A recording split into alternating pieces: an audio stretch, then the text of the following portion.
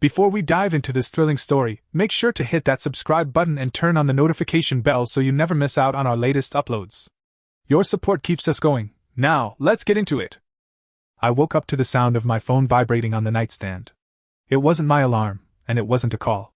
Just a steady, persistent buzz that sliced through the soft morning haze like a blade.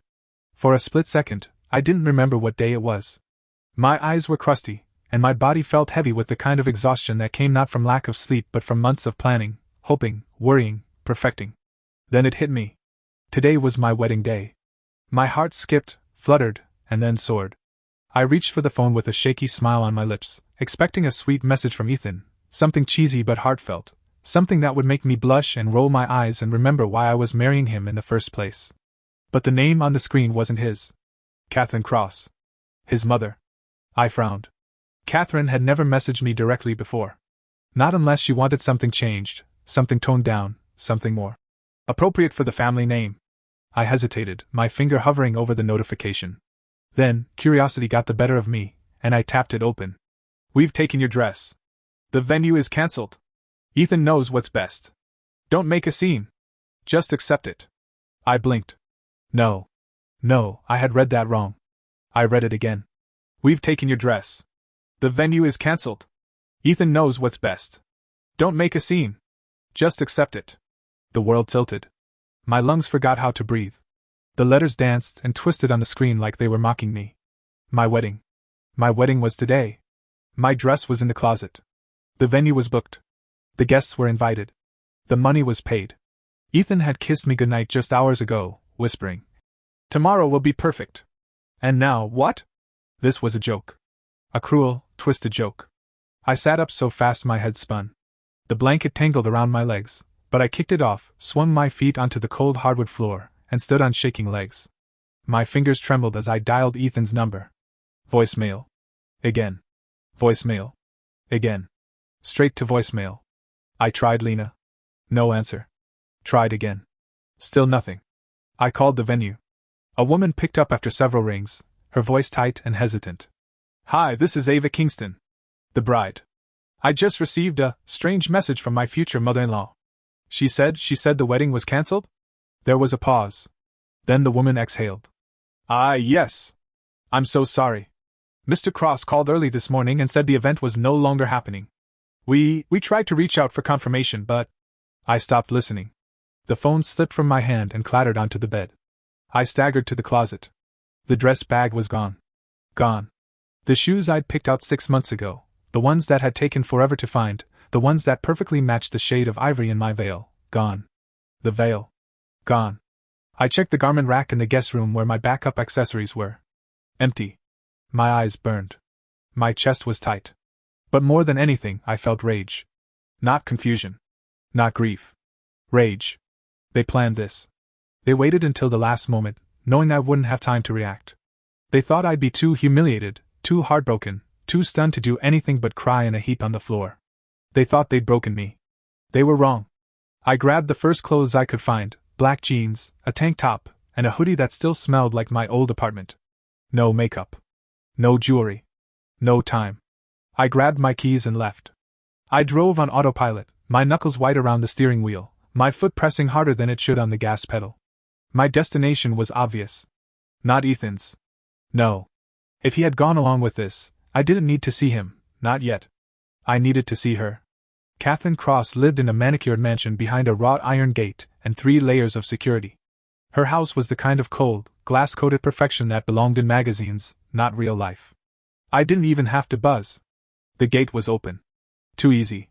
My car screeched to a stop in the driveway. I slammed the door and marched up the marble steps. She opened the door before I could even knock. As if she had been waiting. Her expression didn't shift. No surprise.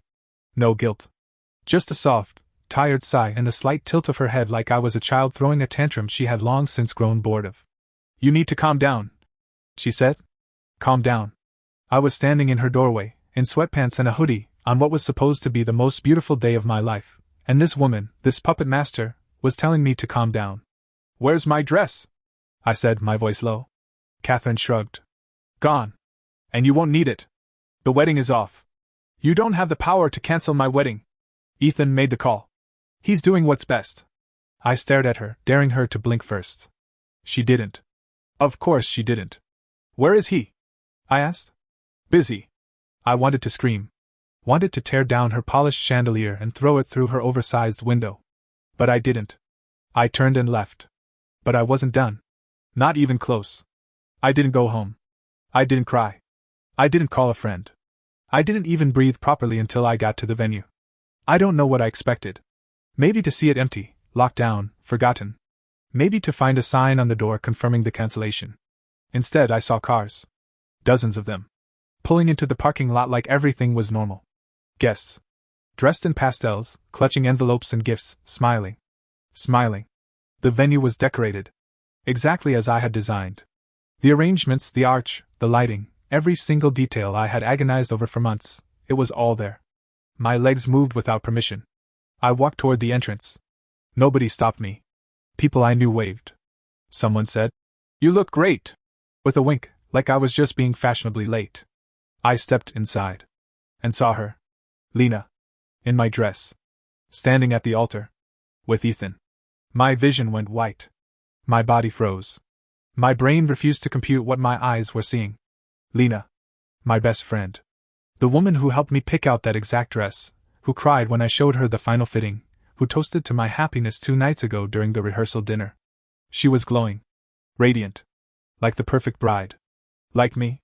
I didn't move. Couldn't move. Couldn't think. And then it hit me all at once. This wasn't impulsive.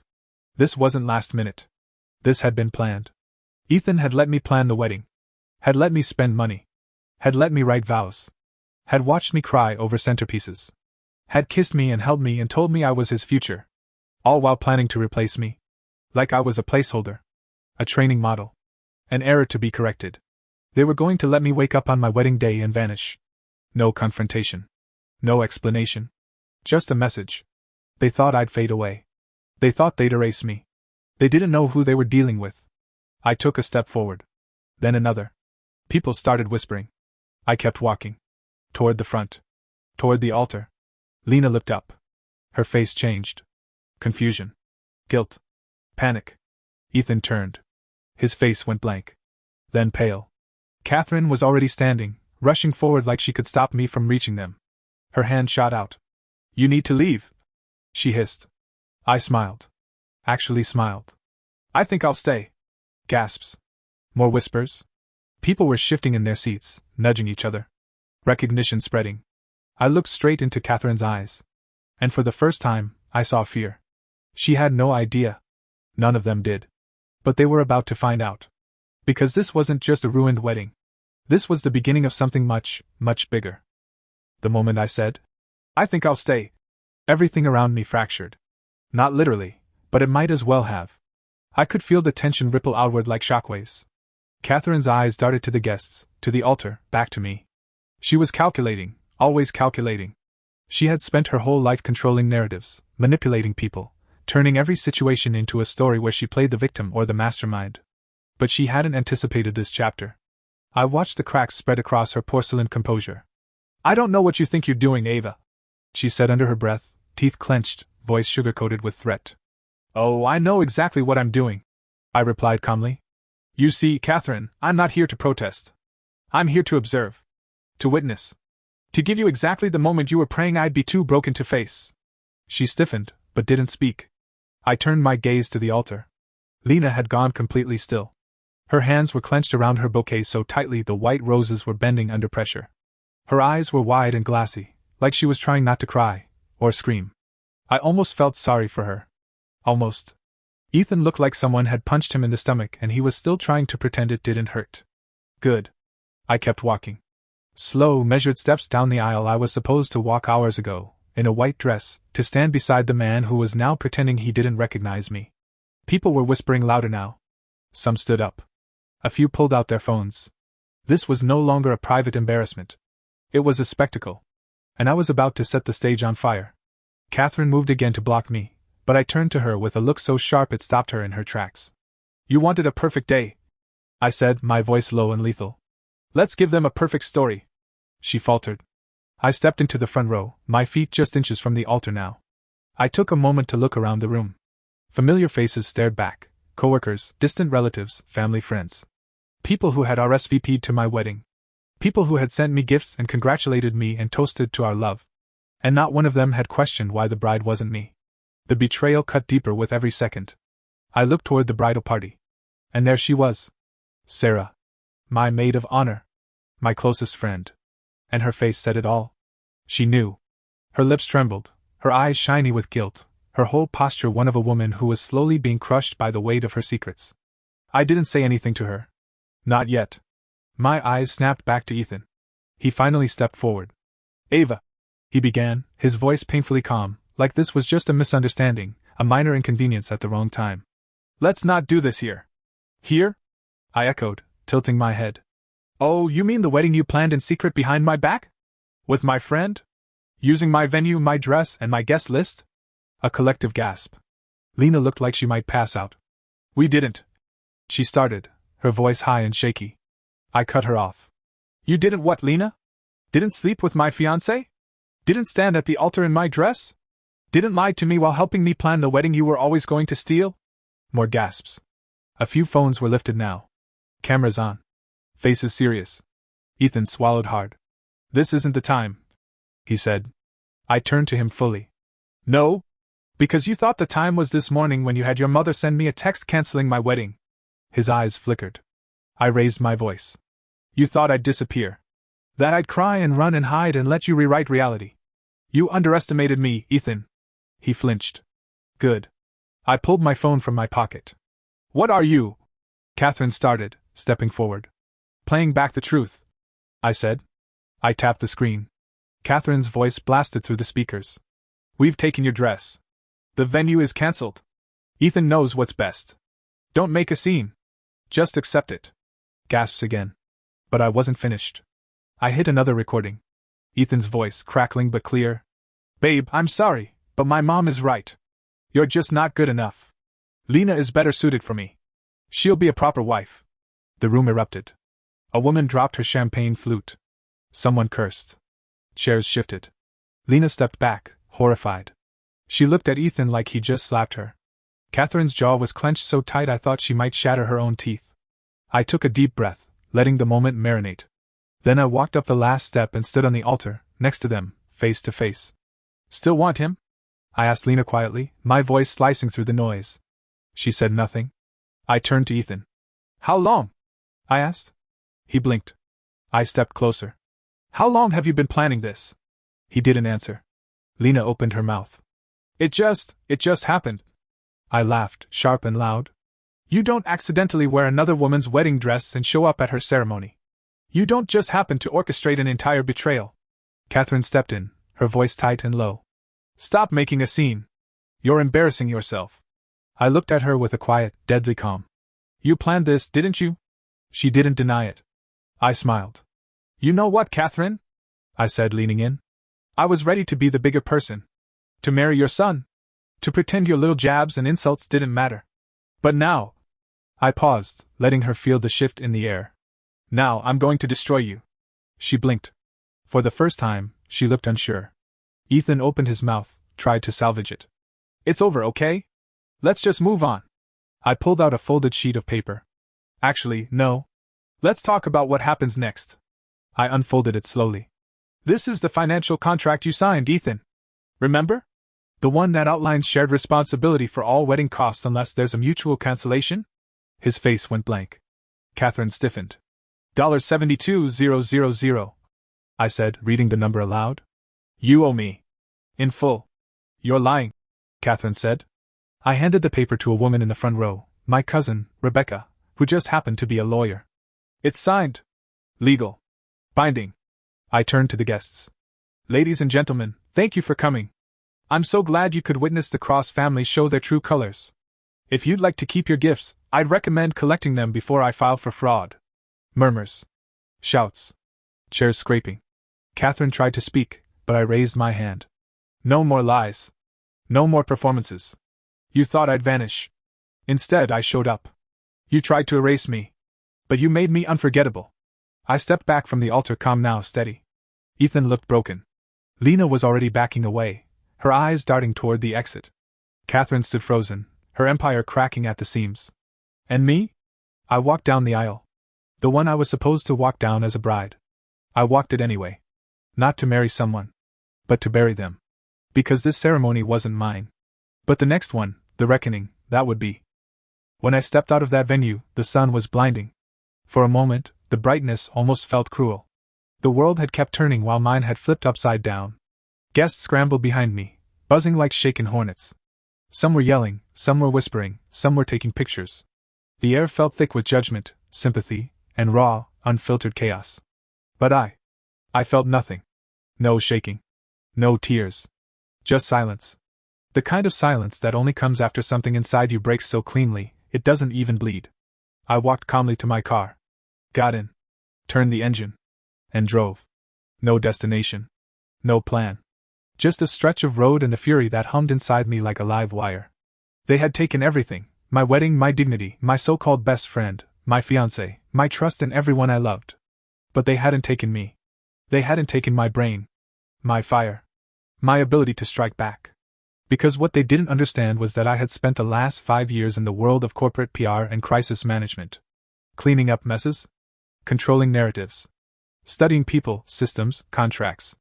I knew how to dismantle reputations like clockwork. And now I had one target, the Cross family.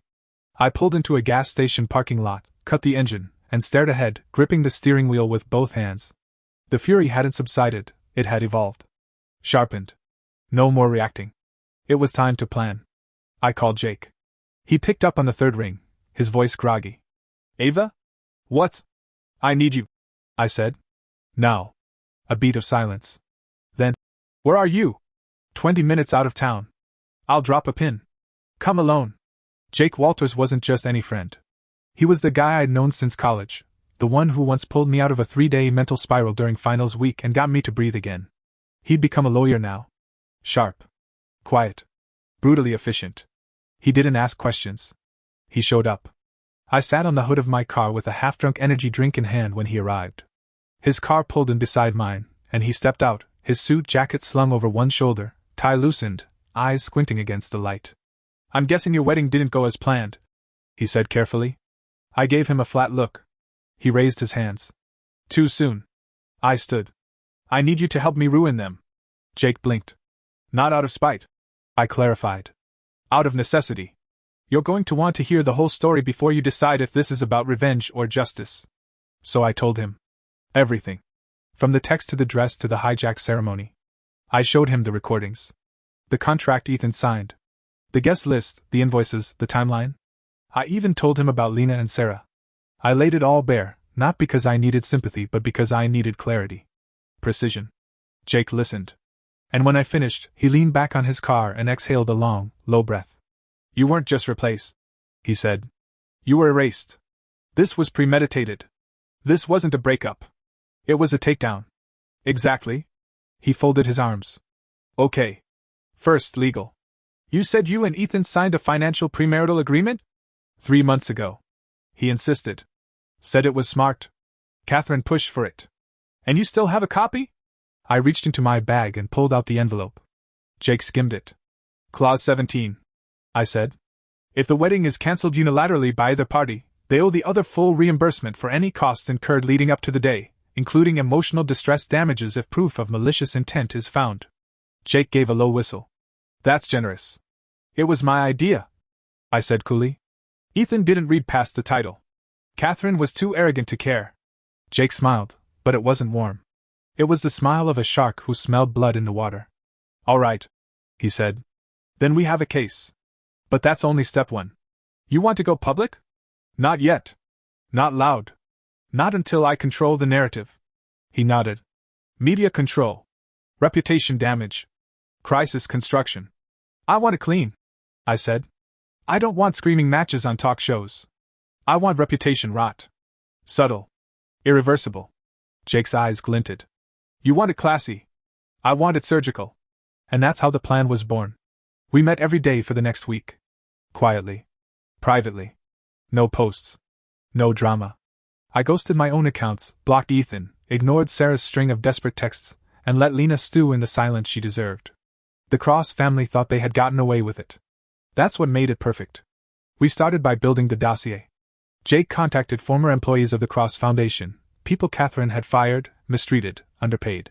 There were dozens. Some of them still had receipts, emails, voice notes, NDAs signed under duress. We collected everything. Simultaneously, I started tracing their business ties. Catherine had several companies she invested in. Ethan had business deals lined up, and Lena, poor Lena, had just landed a brand deal with a luxury wellness startup thanks to her new society status. Too bad the photoshoots were still in progress. Too bad the PR team hadn't done a full background check. Too bad I had the full story, and knew exactly where to leak it when the time was right. But I wasn't rushing. Because before any of that, I needed something else, confirmation that what happened to me wasn't just betrayal, but orchestrated character assassination. And for that, I needed proof from inside. So I called Sarah. No text. No email. A call. She answered on the first ring. Ava. She breathed. Oh my God, Don't. Not yet, I said. If you want to make this right, meet me. Alone. She hesitated. Are you going to scream at me? No, I said. But I might never speak to you again unless you tell me the truth. She agreed. We met at a cafe on the edge of town. No makeup. No friends. Just the two of us. She looked like she hadn't slept in days. She wore oversized sunglasses and a baseball cap like she was hiding from the world. I didn't care. You knew, I said once we sat. Tears welled in her eyes. Yes. For how long? A few weeks, she whispered. Catherine approached me. She said Ethan was reconsidering. That Lena was more suitable. I stared at her. And you didn't tell me? She threatened me, Sarah said, her voice cracking. She said if I said anything, she'd destroy my career. She owns the PR firm I work for. I have student debt. I have nothing without that job. I exhaled slowly. Did you know they were going to replace me the day of? Sarah looked down. No. Did you help them get my dress? No. That must have been Lena. Or Catherine. I leaned back. And Ethan? He was in on it. Not from the start, I don't think. But once Catherine presented it as a solution, he agreed. He said it was cleaner to switch things quietly than to call off the wedding and deal with the fallout. I laughed bitterly. Cleaner. I'm sorry, Sarah whispered. I was a coward. You deserve better. I stood up. I know. I left her at that table. That night, Jake and I finalized Phase 1. The legal strike. A formal notice was drafted and sent to Ethan and Catherine, demanding financial compensation under the signed agreement, listing damages, and attaching a preliminary motion to sue for intentional infliction of emotional distress, breach of contract, and reputational sabotage. The Cross family received it in silence. No statement. No response. Which told me one thing, they were rattled. But I wasn't done. This wasn't revenge. This was the prelude. The calm before the real storm. The thing about stories is, who tells them matters more than what happened. I'd learned that in the war rooms of corporate PR, truth alone never wins. It needs packaging, precision, and the right kind of silence to let the noise implode on itself. The Cross family had orchestrated a betrayal so theatrical, so publicly humiliating, they expected the shame to silence me. What they didn't expect was that I knew how to weaponize a narrative. So I did. The moment our legal notice went out, I started preparing the battlefield. Not the courtroom, Jake had that covered. I was preparing the court of public opinion. I created a private war room in my apartment, cork boards, laptop screens, voice notes, timeline grids. There was no assistant, no team, just me, red-eyed at 3 a.m., tearing apart their image piece by piece. I didn't plan to go viral. I planned to go viral quietly, the kind of quiet that explodes before anyone knows where it started. I began with the ghost bride. That was the name I gave her, me, but not by name. A woman whose wedding was stolen. Who woke up to find her life erased by her fiancé, her best friend, and her future in-laws. I created a Reddit account with a throwaway name, and wrote the story in pieces, each part detailed, raw, anonymous. No names. Just feelings. Betrayal. Shock. The text. The venue. The replacement. I didn't even need to exaggerate. The truth was grotesque enough. Within hours it took off. By the next morning, the post had hit front page. Hashtag stolen bride. Hashtag runaway fiance. Hashtag wedding hijack. People were horrified. Furious. Obsessed. TikTok creators began narrating the thread. Twitter reposted it with, "She's her. Period. Energy." Someone even made a dramatic reenactment video using AI voices. It spiraled fast. But I stayed quiet. Not a single post from my real account. Not even a like. Because the best trap is the one they walk into thinking they're safe. By day 3, one of the major wedding blogs picked it up. Then a tabloid. Then a journalist reached out through a DM to the anonymous account, asking if the ghost bride would be willing to share more. I gave her more. Carefully. Strategically. One detail. The replacement bride wore the original bride's dress. That lit a fire. Dozens of women online began analyzing wedding photos from recent society weddings in New York, trying to piece together who it was. It didn't take long before someone found Lena's Instagram. Her latest post, dated the day after my non-wedding, showed her in my dress. Same lace. Same train. Even the stitching on the bodice was visible. The comment section exploded. Wait, is this the dress? Isn't this Ava Kingston's dress? Didn't she pick this from Valentina Rose's exclusive collection? It was custom made. Boom. The story had a face. People started tagging me. Messaging me.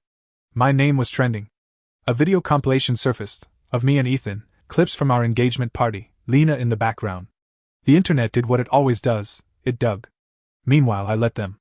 Catherine Cross released a statement 2 days later. Polished. Cold. She called the online rumors inflammatory fiction designed to defame a private family moment. Big mistake. She spoke like a villain. Dismissive. Arrogant. A viral tweet called her the final boss of mother-in-law horror stories. That alone racked up 500,000 likes. Then came the email leak. No one knew who did it.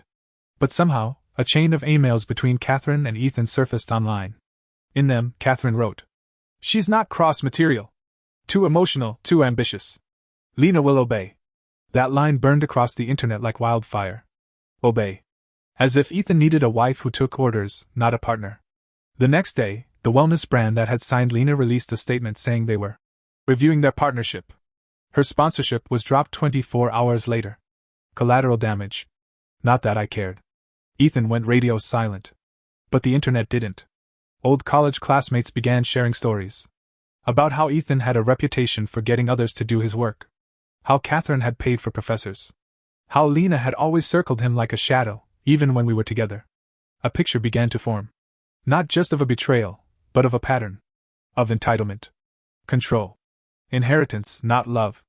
Jake kept feeding me legal updates. The Crosses hadn't responded to our filing. Likely stalling. Likely hoping the story would burn out. It didn't. Because I wasn't done yet. The next move was the clip. I had debated it. A lot. It was harsh. Intimate. But necessary.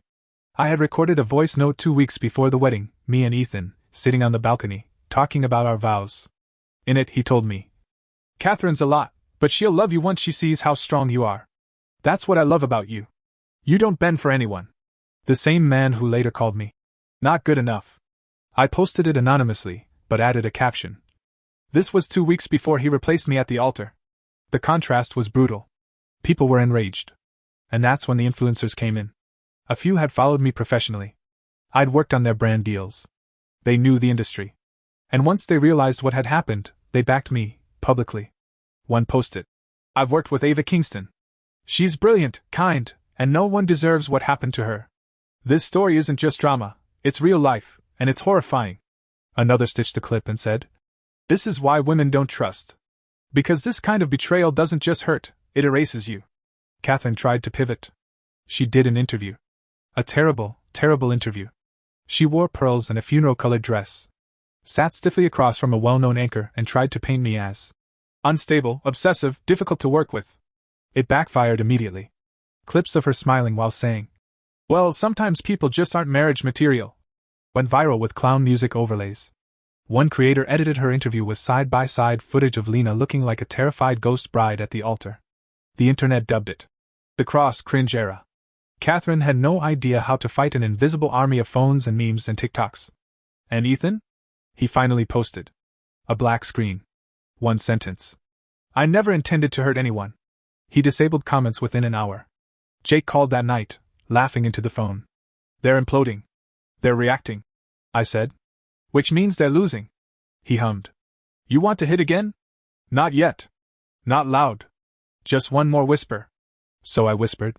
I contacted the board of Cross and Associates, Catherine's pride and joy. A family-founded company that held billions in real estate, finance, and private capital. I sent an anonymous tip. Attached to it were the leaked emails. And a detailed report of the public backlash, the sponsorship drop, the pending legal suit. I knew someone on that board. A woman named Elise Tran. We'd crossed paths at a summit 2 years ago. I remembered she hated Catherine with the quiet precision of a woman who was once humiliated and never forgot. The next morning, the board issued a press statement. Effective immediately, Mrs. Catherine Cross will step down from all active leadership roles pending internal review. The headline read, "The Fall of a Society Queen." I watched it all from my apartment window, sipping tea like a war general who hadn't even moved her queen yet. This wasn't just a narrative war. This was a slow, methodical detonation. And I wasn't even close to done. The courthouse didn't look like much from the outside, just a dull, rectangular building with flaking gray paint and a flagpole that creaked every time the wind moved. But inside that ordinary structure, the Cross family was about to bleed. Jake and I arrived early. I wore black, not for mourning, but for power. Tailored blazers, slim heels, a ponytail pulled so tight it made me look half dangerous. My makeup was precise. Understated. Ruthless. Jake reviewed the file one last time, flipping through tabs like a surgeon preparing for a high-stakes procedure. "They're still stalling," he said. "Haven't submitted a formal rebuttal. They might try to settle today." "They won't," I said. "They think they can still win this." Jake smirked. "Then they're stupider than I thought." We walked into the courtroom just as the clerk called the session. It wasn't a trial yet, just a hearing for our motion to compel payment per the premarital financial contract Ethan had signed months ago. But because of who the Crosses were, and because of the wildfire that had consumed the internet over the last 2 weeks, the room was packed. Reporters. Interns. A few law students pretending to take notes, while live tweeting. Even a wedding blogger with pink hair sat in the back row, eyes shining like she was watching the season finale of a scandalous drama. Catherine arrived first, flanked by 2 attorneys and dressed like a widow from a prestige period film. Black silk. Sunglasses. A fake tremble in her hands as she handed her documents to her lawyer. It would have been convincing, if she hadn't paused to flash a tight-lipped smile at a photographer outside minutes earlier. Ethan followed. Alone. His face was pale, drawn, like someone who hadn't slept in days. He didn't look at me. Didn't look at anyone. Just sat quietly at the table next to Catherine, eyes down, as if disappearing might erase his involvement. I didn't give him the satisfaction. When the judge walked in, everyone stood. Then we began. Our case was simple.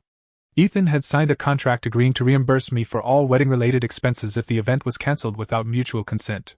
The wedding had not only been cancelled, it had been replaced, with another woman, in the same venue, using my dress, guest list, and arrangements. Jake laid it out calmly, like he was reading bedtime stories. Then he dropped the recording. The judge, an older woman with an arched brow and a no-nonsense demeanor, listened without blinking as Ethan's voice played. "You're just not good enough. Lena is better suited. She'll be a proper wife." Then Catherine's. "We've taken your dress. The venue is cancelled. Don't make a scene." There was a silence so thick it made my skin buzz. The judge looked at Catherine. "Did you send that message?" Catherine's lawyer objected to the relevance. The judge overruled it. Catherine cleared her throat and said, "Yes. But it was a private family matter. Not under contract law." The judge replied sharply. "Especially not when the message indicates deliberate sabotage of a binding agreement." Jake handed over printed invoices, bank statements, and correspondence with vendors, all timestamped before the date of cancellation. Then came the final nail, a sworn statement from Sarah, submitted that morning, admitting she had been warned by Catherine not to inform me about the replacement ceremony. My former maid of honor had folded, finally, like a limp paper crane. The judge flipped through the evidence with methodical boredom, like she had seen too many liars before breakfast. Then she turned to Ethan. "Do you have anything to say, Mr. Cross?" He looked up. Briefly. Then he did something that surprised me. He stood. And spoke. "I didn't mean for it to happen this way," he said softly. "I was pressured. I panicked. I didn't want to face the fallout. My mother thought." The judge raised a hand. "Did you voluntarily sign the contract?" He hesitated. "Yes." "Did you cancel the wedding without mutual agreement from Ms. Kingston?" "Yes." "Did you host an event, functionally identical to the scheduled wedding, with a different bride, in the same venue, on the same date?" "Yes." She closed the folder. "Then your intentions are irrelevant." A beat passed. Then her ruling came. "Under the terms of the contract, and given the extensive evidence of deliberate deceit, Mr. Cross is ordered to pay Ms. Kingston the full amount of $72,694 in damages and incurred costs. Additional penalties for emotional distress and punitive damages will be considered upon further review. I didn't smile. I didn't flinch. I just nodded. Jake leaned closer. That's not just a win. That's a death sentence, for their brand. Catherine looked like someone had slapped her. Her jaw clenched so hard her cheek twitched. Her lawyer leaned over and whispered something, but she waved him off, her gaze locked on me now. She stood. She actually stood in the middle of the courtroom and addressed me directly. You think you've won? I blinked. No. I know I've survived. There's a difference. She took a step closer before the bailiff intervened. I will rebuild everything you destroyed. I stared at her, calm, clean, detached. I didn't destroy you, I said. You did that to yourself. I just turned on the lights. Ethan didn't look at me as he left. But Lena did. She was standing outside the courtroom doors when I walked out. Her hair was tied back in a sloppy bun. Her eyes rimmed red. She was alone. I didn't know it would end like this, she said, voice trembling. I paused. Did you think it would end in roses and champagne? I asked. With a ring and a fairy tale? You betrayed me. I was promised. I don't care. She flinched. I didn't do this to hurt you, she whispered. No, I said. You did it to help yourself. Same thing. Lena stepped back. And I walked past her without another word. Outside, the press swarmed. I said nothing. Jake guided me through the chaos like a shadow, shielding me from flashbulbs and questions and shouted demands for comment. We got into the car. Shut the doors. Silence. Then Jake turned to me. You ready for the next part? I nodded.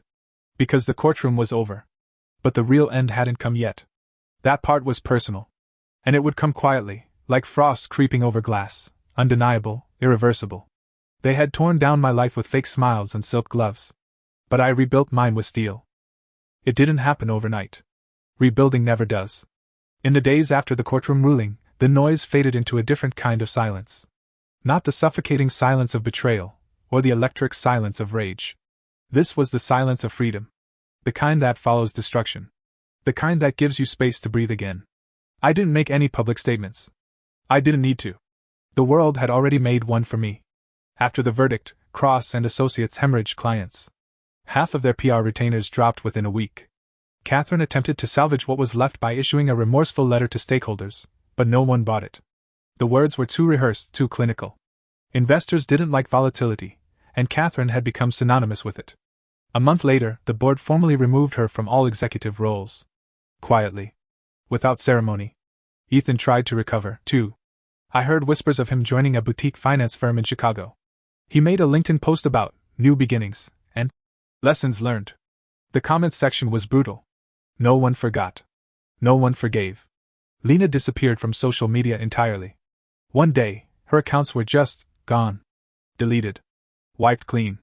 Someone said they saw her boarding a flight to Portugal. Someone else claimed she was in a cabin in Vermont. I didn't care enough to verify. Sarah moved to another city. We never spoke again. Not because I hated her, but because there was nothing left to say. Some betrayals don't scream. They just leave echoes you don't want to hear anymore. And me? I moved. Not to escape. To evolve. A new city. A new apartment overlooking a river that didn't care who I used to be. I painted the walls myself. Bought plants. Burned old photos. Donated the wedding gifts I never returned.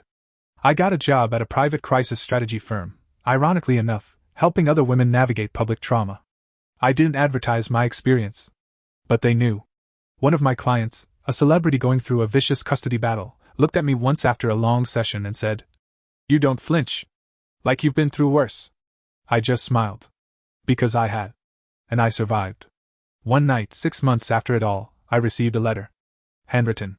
No return address. Inside, a simple note on cream stationery. You were right.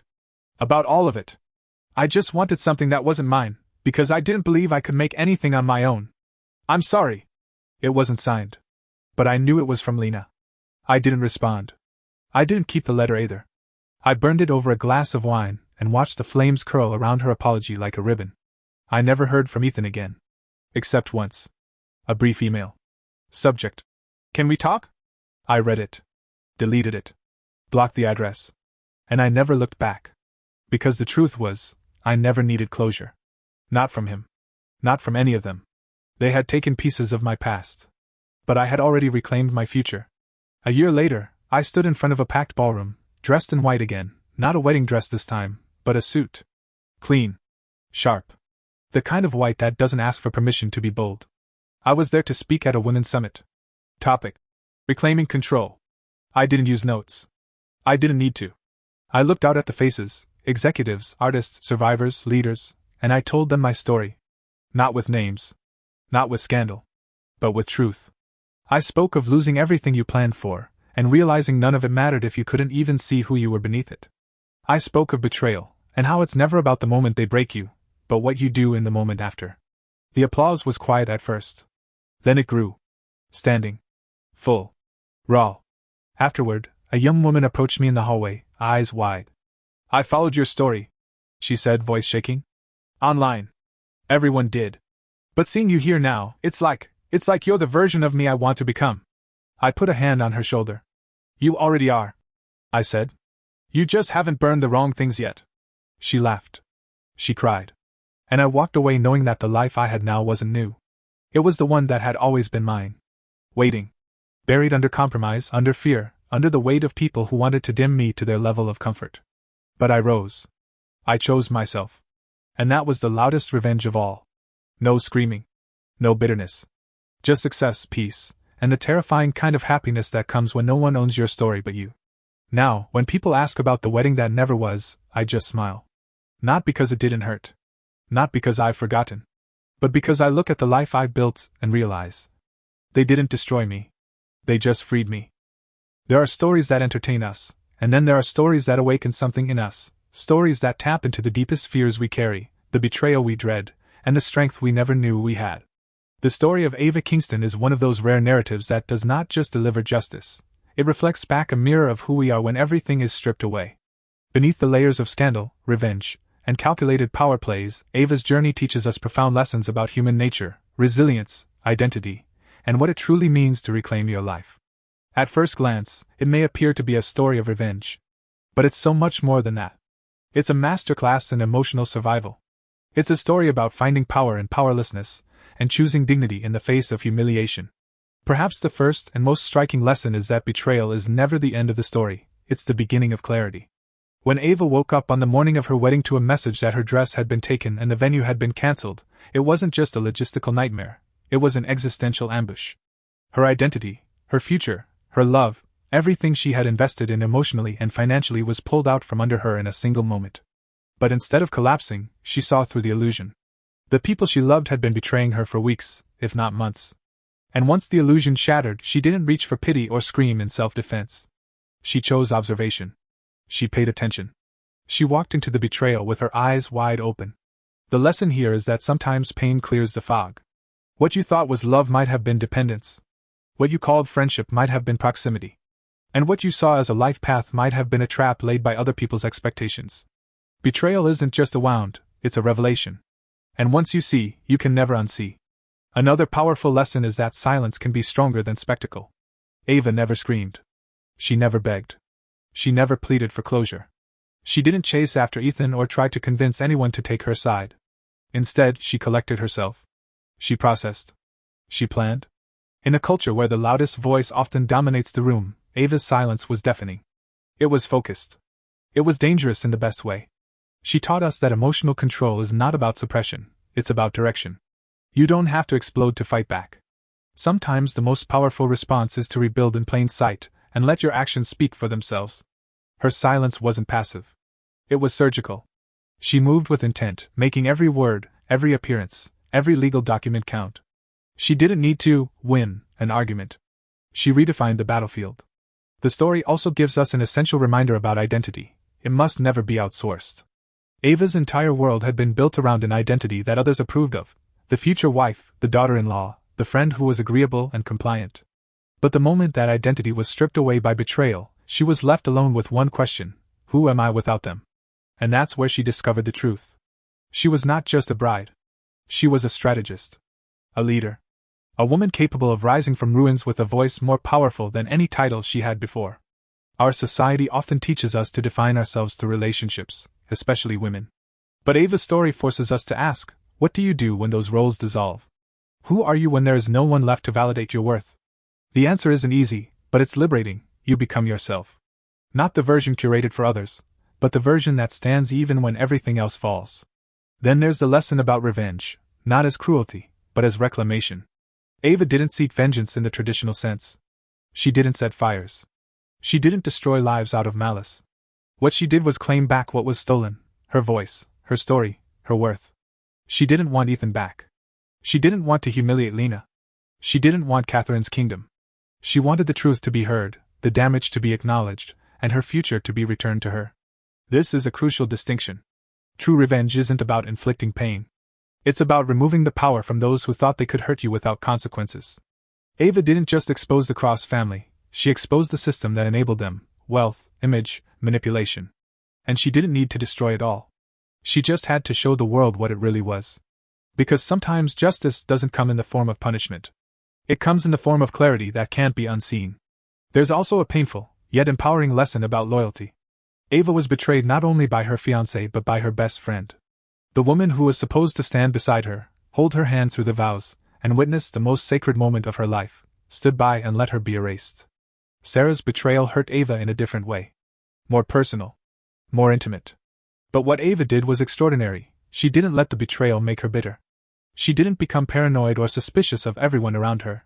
She understood something rare. Sometimes people betray you not because they hate you, but because they're afraid.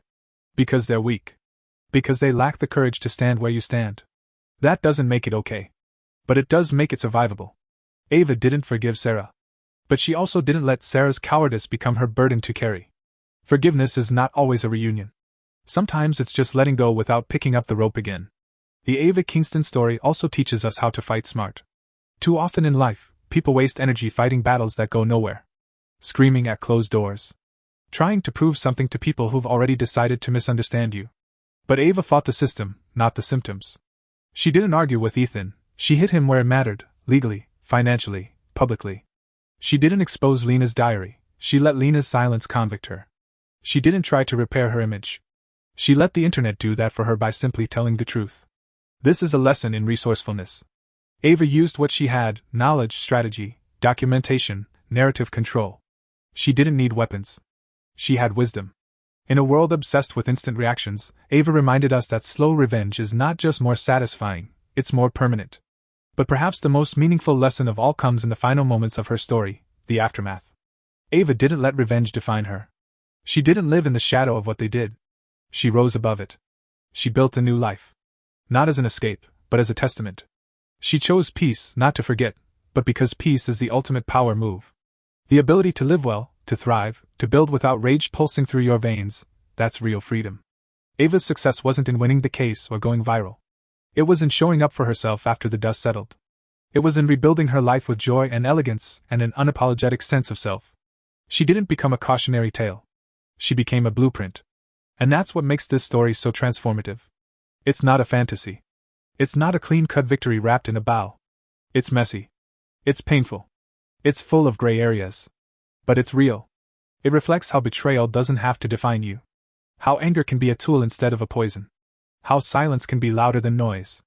And how your worth is not determined by who chooses you, but by who you become after they don't. So what do we take from Ava's journey? We take the reminder that you are allowed to collapse, but not forever. You are allowed to rage, but not rot in it. You are allowed to lose everything and still rise.